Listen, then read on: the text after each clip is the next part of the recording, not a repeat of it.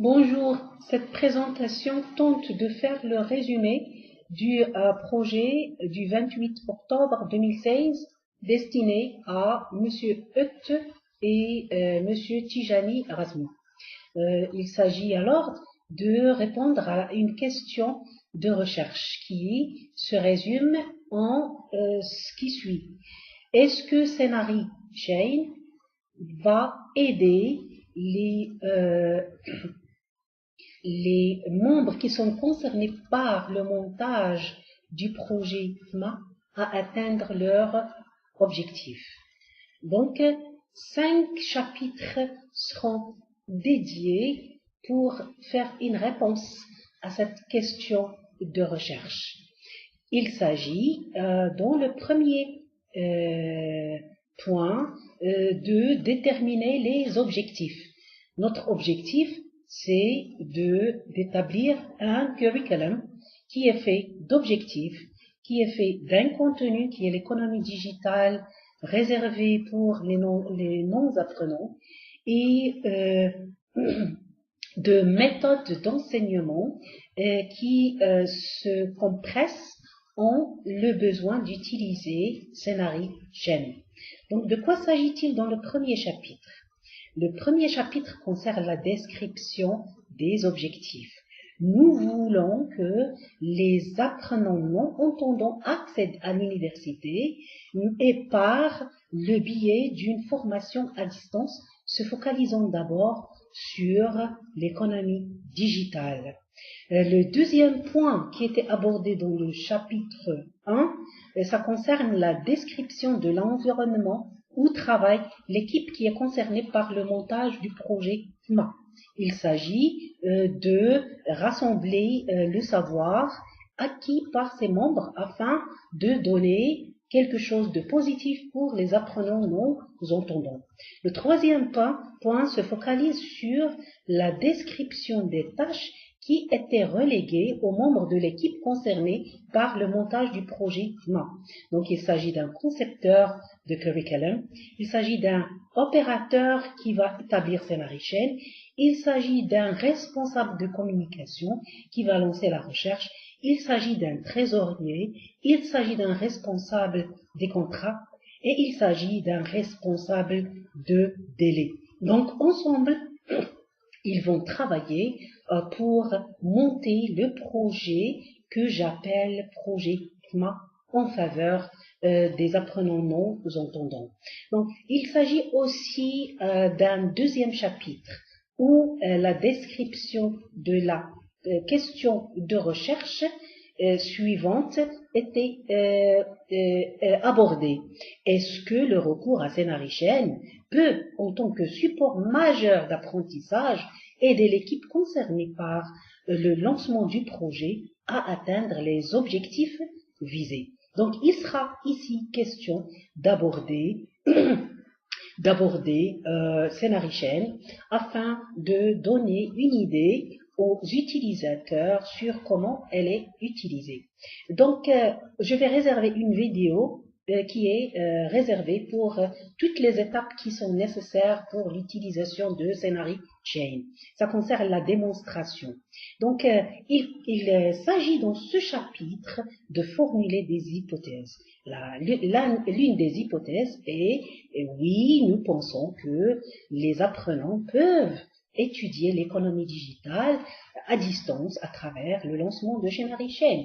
Mais il faut qu'on vérifie cette hypothèse par une recherche qui était faite dans des écoles réservées pour les non-entendants. Donc, il s'agit aussi de décrire ici les méthodes de recherche qui étaient utilisées. Nous avions conçu, dans le rapport qui était qui était envoyé au responsable de l'offre d'appel, nous lui avons envoyé les détails de la conceptualisation de ces méthodes. Et maintenant, dans ce rapport, on va décrire les méthodes, on a décrit les méthodes qui étaient utilisées, et parmi ces méthodes, c'était des questionnaires qui étaient lancés à distance. Donc, de quoi s'agit-il dans le troisième chapitre? Il s'agissait de générer des données au niveau des écoles qui étaient réservées pour les non-entendants. Et comme les données vont le montrer, on a conclu que les apprenants non-entendants ne peuvent pas étudier l'économie digitale au même niveau que les étudiants entendants qui sont inscrits à ENCG Agadir, Université Ibn Zofar. Plusieurs facteurs, y compris le handicap, l'empêchent de réaliser cet objectif. Alors, pour cette raison, on a décidé que les Serious Games traitant de l'économie digitale soient lancés à distance aux formateurs qui vont nous représenter pour enseigner l'économie digitale à ces apprenants. Aussi, nous avons conclu, suite à la recherche qui était effectuée, que la langue des signes demeure un problème entre nous et les apprenants non-entendants. Donc, nous avons réservé le 4e chapitre pour des solutions qui se concrétisent ici, comme vous le voyez, dans des liens qui peuvent être utiles pour les formateurs pour d'abord se familiariser avec les plateformes comme Salsa, etc., avant qu'ils accèdent à Zenari Chain. Donc, de quoi s'agit-il dans le 5e chapitre? Ce 5e chapitre est réservé à la description du lancement du premier cours à distance en faveur des écoles réservées pour les apprenants non-entendants. Donc, nous avons envoyé notre premier cours aux formateurs à travers formateurs dans une seule école à travers Google Drive. Donc, voilà ce qu'on a fait pendant ceci, et on n'a pas négligé le dressage d'un tableau résumant le coût que la formation nous a coûté.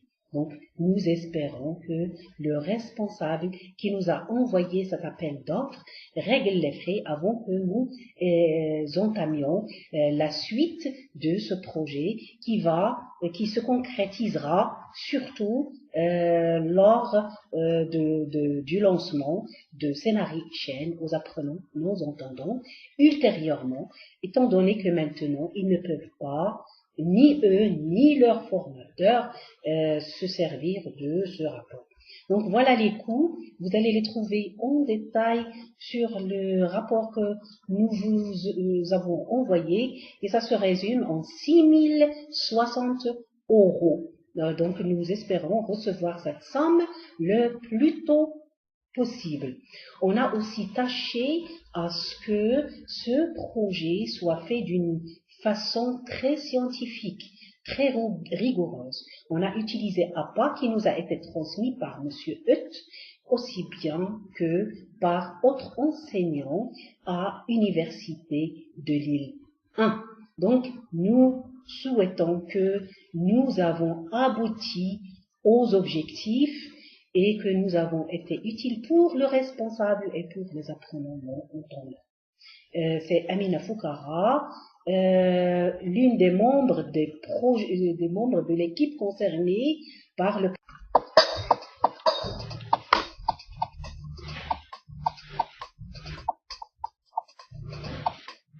Bonjour, mon nom c'est Amina Foukara. Je fais partie d'une équipe qui est concernée par le montage du projet MA. Ce projet concerne surtout les apprenants non-entendants que certains appellent des sourds-muets. On est concerné par lancer le cours économie digitale par le biais de Zenari Chain. Zenari est une chaîne éditoriale. On peut ou bien la télécharger, sinon on peut l'installer sur notre ordinateur. Une fois installé ou téléchargé, on se trouve en face de Drupal 3.5. Donc, il est situé à gauche de Scénarii et on peut le télécharger. Une fois téléchargé, il faut installer le pack. Cliquez sur le pack, puis sur votre bureau, vous allez cliquer sur téléchargement. Une fois téléchargé, on va vous demander de l'enregistrer. Lorsqu'il est enregistré, il faut créer votre module. Lorsque vous cliquez sur créer mon module, vous allez remplir le champ code. Donc, lorsque vous aurez rempli le champ code, vous allez cliquer sur créer. Et vous allez vous retrouver enfin en face du nom de module que vous avez créé avec un fichier jaune. Cliquez sur ce fichier et puis vous allez vous retrouver sur l'interface d'une fenêtre qui va vous permettre de créer une division, un item, c'est-à-dire un grain de contenu, et de créer un espace et un module. Donc, la question qu'il faut se poser, qu'est-ce que c'est qu'un module? Un module, c'est un cours complet avec introduction et conclusion. Qu'est-ce que ça veut dire grain de contenu? Donc, c'est un grain de contenu, c'est la plus petite unité qui pourrait être une ressource comme une vidéo, une image, ou ça pourrait même être un PDF. Donc, entre les deux, il y a ce qu'on appelle une division. Une division, elle est faite d'introduction et de conclusion. Donc, pour une division, il peut s'agir de groupe 1 avec une division bien particulière et groupe division 2 pour un deuxième groupe qui doit recevoir une partie du module qui est complètement différente. Donc, une fois vous avez créé l'espace où vous allez bouger, vous serez obligé de cliquer sur votre module. Puis, lorsque vous cliquez sur module, cliquez sur item. Lorsque vous cliquez sur item, on va vous demander de créer votre espace et lui donner un nom. Il serait la même chose pour votre module. Pour créer les grains, les grains de contenu, vous allez cliquer sur ce grain et puis cliquer sur item. Et vous pouvez créer 3 grains si c'est possible. Lorsque vous aurez terminé de créer les grains et de faire glisser vos images, votre vidéo et tout sur l'onglet, là où vous pouvez le mettre sur la division, vous cliquez sur le web. Le web va vous placer, si vous cliquez sur module, vous allez cliquer sur item et puis on va vous demander de créer ce qu'on appelle le web. Donc lorsque vous cliquez sur web, vous allez vous retrouver sur générer, vous cliquez sur générer, puis sur publier, puis sur consulter. Et vous allez enfin réussir à avoir l'adresse de votre site web pour ce cours. N'oubliez pas.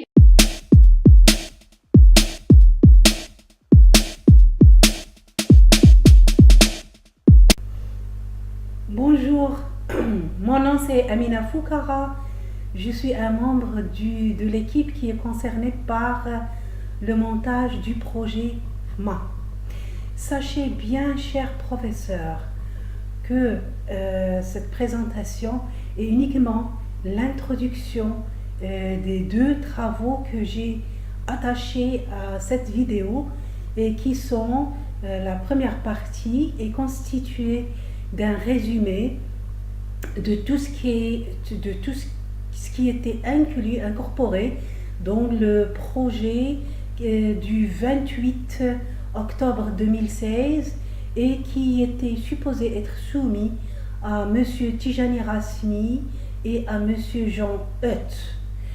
Tandis que la deuxième partie, elle est faite d'une démonstration sur vidéo et ça constitue les détails de l'utilisation de Scénarii Chain par l'échantillon qui est concerné dans le projet qu'on a monté qui est le projet FMA pour savoir ou pour répondre à la question de recherche, est-ce que Scénarii Chain va répondre aux besoins des apprenants non-entendants qui sont situés dans des écoles loin de ENCG Agadir et qui sont concernés par l'apprentissage de l'économie digitale.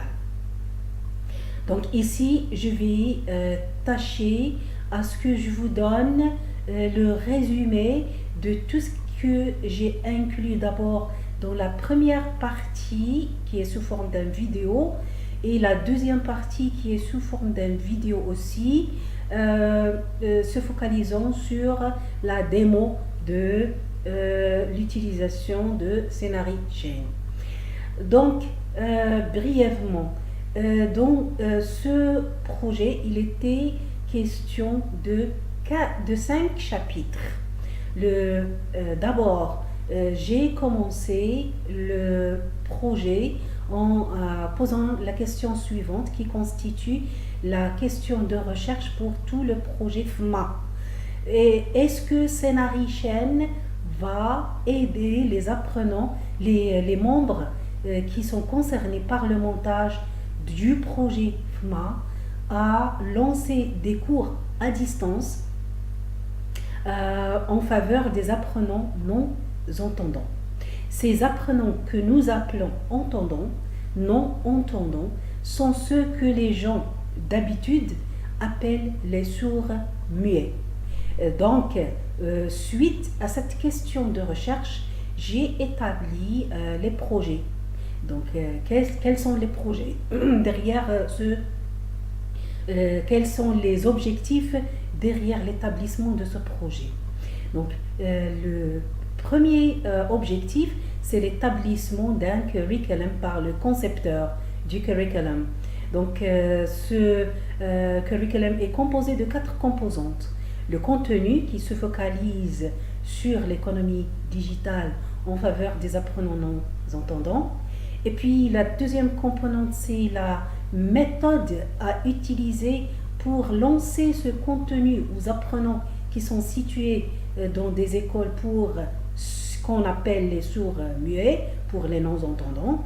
Et puis, le troisième volet, c'est le contenu, c'est-à-dire du curriculum. C'est-à-dire, le contenu sera focalisé sur uniquement l'économie digitale en tant qu'étape préliminaire dans la constitution d'un curriculum complet dans le futur. La quatrième composante est faite de l'évaluation des efforts qui sont réalisés par les membres de l'équipe concernée par ce projet. Donc, on est dans ce projet concerné uniquement par le fait de vouloir faire la suite du résumé de la réponse d'offre, de la réponse à l'appel d'offres qui nous a été transmis le mois de juin dernier. Donc, on va se focaliser surtout Scénarii Chain et sur le contenu qui est l'économie digitale.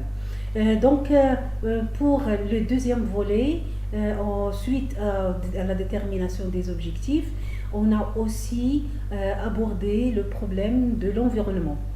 Est-ce que l'environnement où travaille l'équipe qui est concernée par le montage du projet FMA ont toutes les conditions requises pour qu'il monte un projet tel que celui-ci?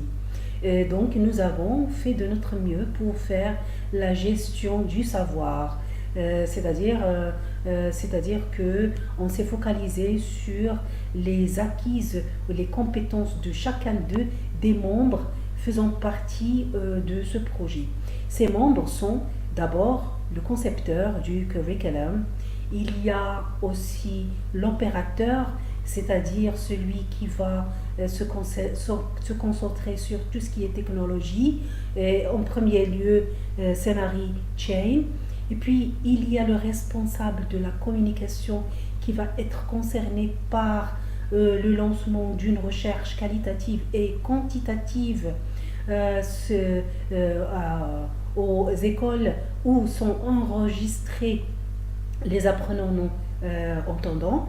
Et puis, il y a le trésorier et il y a le gestionnaire des délais, il y a le gestionnaire des contrats et bien sûr, il y a le chef du projet et qui dispose de compétences très élevées dans la mesure où il intervient partout pour faire l'audit et pour discuter toutes les décisions qui sont prises par ces membres qui font partie de l'équipe concernée par le montage de FMA. Donc, pour ce rendu, il a été fait de 5 chapitres.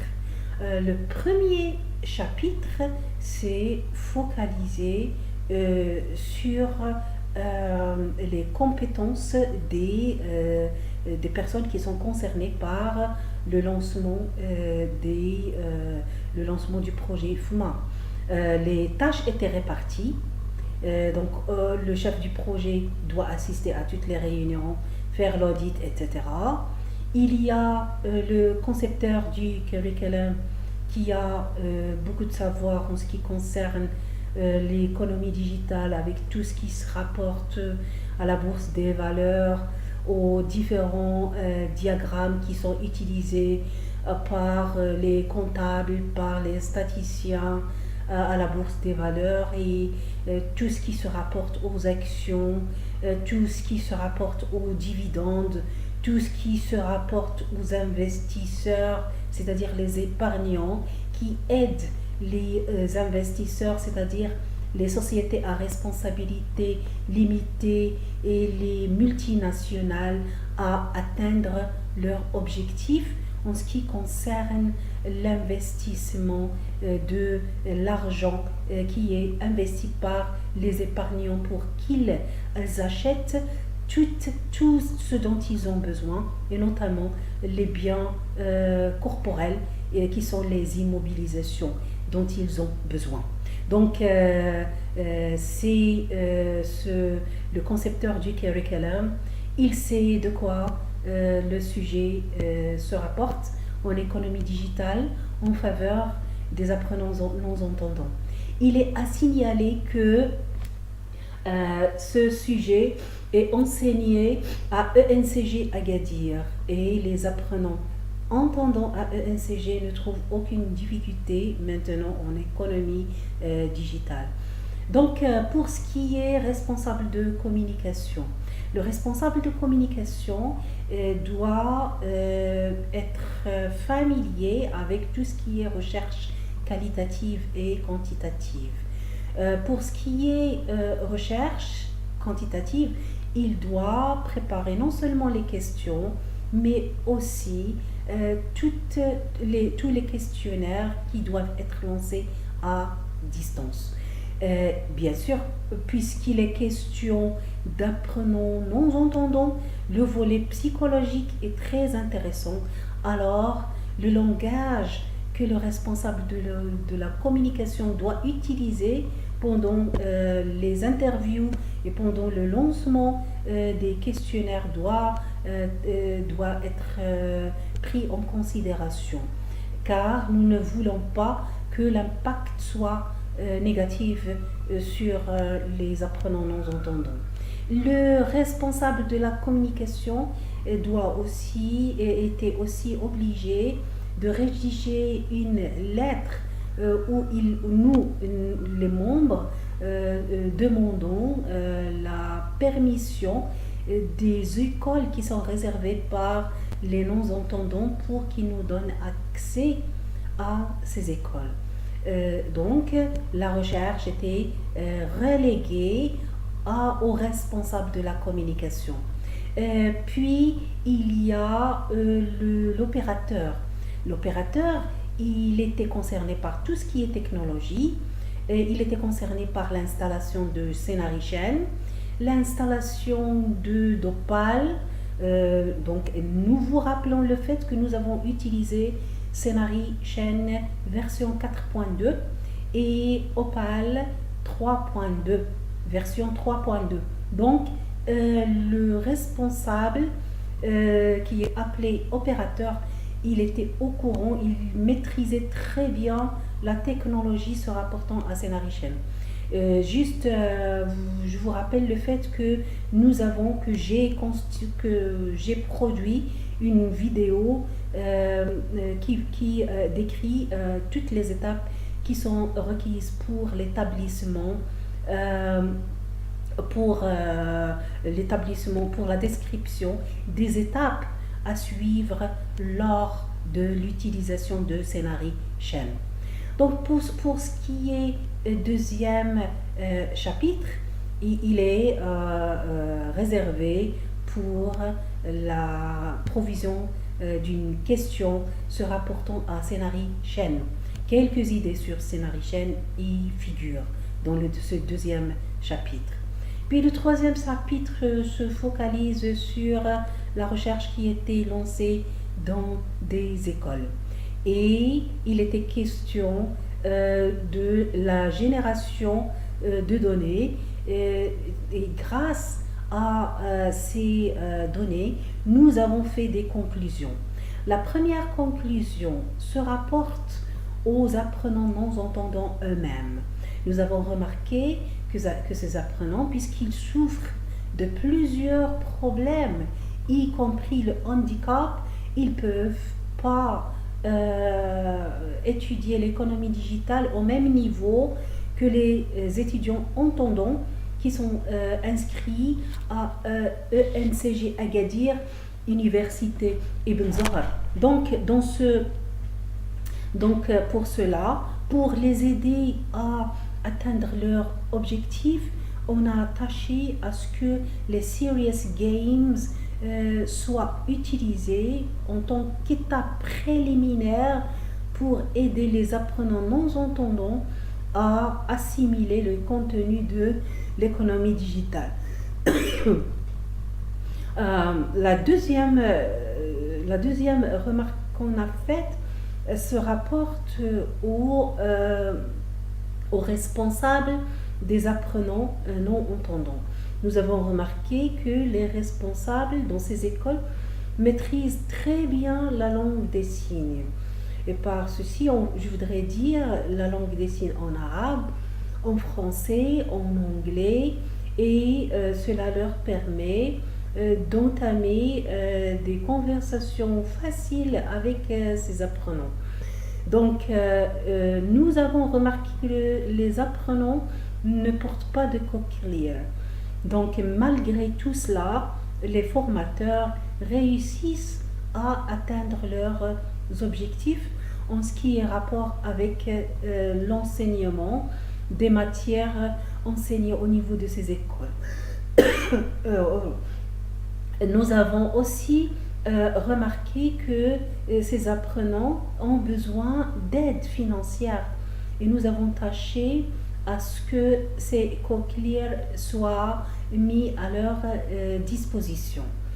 Donc, pour le quatrième chapitre, nous avons établi la liste des liens qui constituent une solution pour ces formateurs pour qu'ils soient formés d'abord en économie digitale qu'ils doivent transmettre aux apprenants qui sont placés sous leur responsabilité, puisque nous ne pouvons pas le faire. Donc nous avons relégué cette responsabilité à ces formateurs pour qu'ils nous aident à aboutir à cet objectif. Nous avons donc conclu aussi que ni les apprenants non-entendants ni leurs formateurs ne peuvent pour l'instant utiliser ou avoir recours à Scénarichen. Donc pour cela, on a mis à leur disposition des plateformes qui sont plus simplifiées en tant que première étape, les aidant d'abord à se familiariser avec le sens d'une plateforme et comment elle est utilisée. Donc cela constitue une première étape qui pourrait nous aider à atteindre les objectifs qui sont tracés. Donc, vous allez trouver dans les vidéos, la vidéo où j'ai fait le compte rendu de cet article, la liste des liens qu'on a mis à la disposition de ces formateurs afin qu'ils nous aident à être positifs pour les apprenants non entendants. Et finalement, nous avons réussi à lancer notre premier cours sur Google Drive, mais ça s'est limité uniquement à une seule école.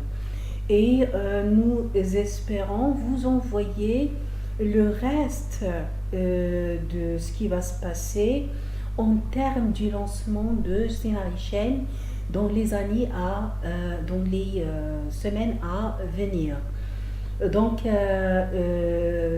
nous espérons pouvoir lancer Scénarichain au moment opportun, c'est-à-dire lorsque ces apprenants, c'est-à-dire lorsque les formateurs ont acquis les compétences nécessaires leur permettant de nous aider à aider les apprenants non entendants à étudier à distance l'économie digitale. Donc ici aussi, il s'agit de dresser un tableau où nous avons résumé les coûts de la formation. Vous allez trouver en détail les détails de ce tableau. Mais en général, je vais vous dire ce que ça coûte. 6 060 €.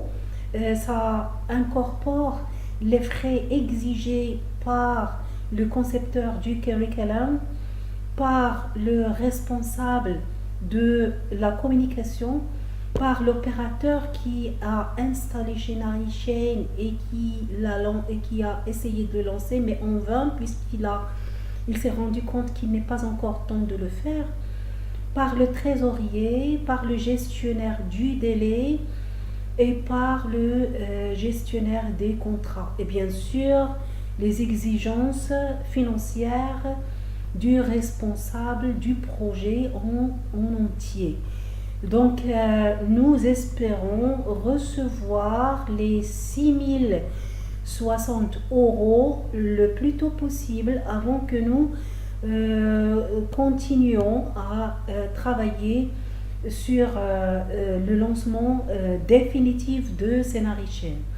Nous portons aussi votre connaissance le fait que cette recherche, c'est-à-dire ce projet FMA, a été établi selon les critères scientifiques exigés par nos professeurs à l'Université de Lille. Donc on s'est servi de APA. Et c'était pour être clair, une occasion pour moi d'apprendre qu'il y a une différence entre les systèmes qui sont utilisés pour citer et référencer.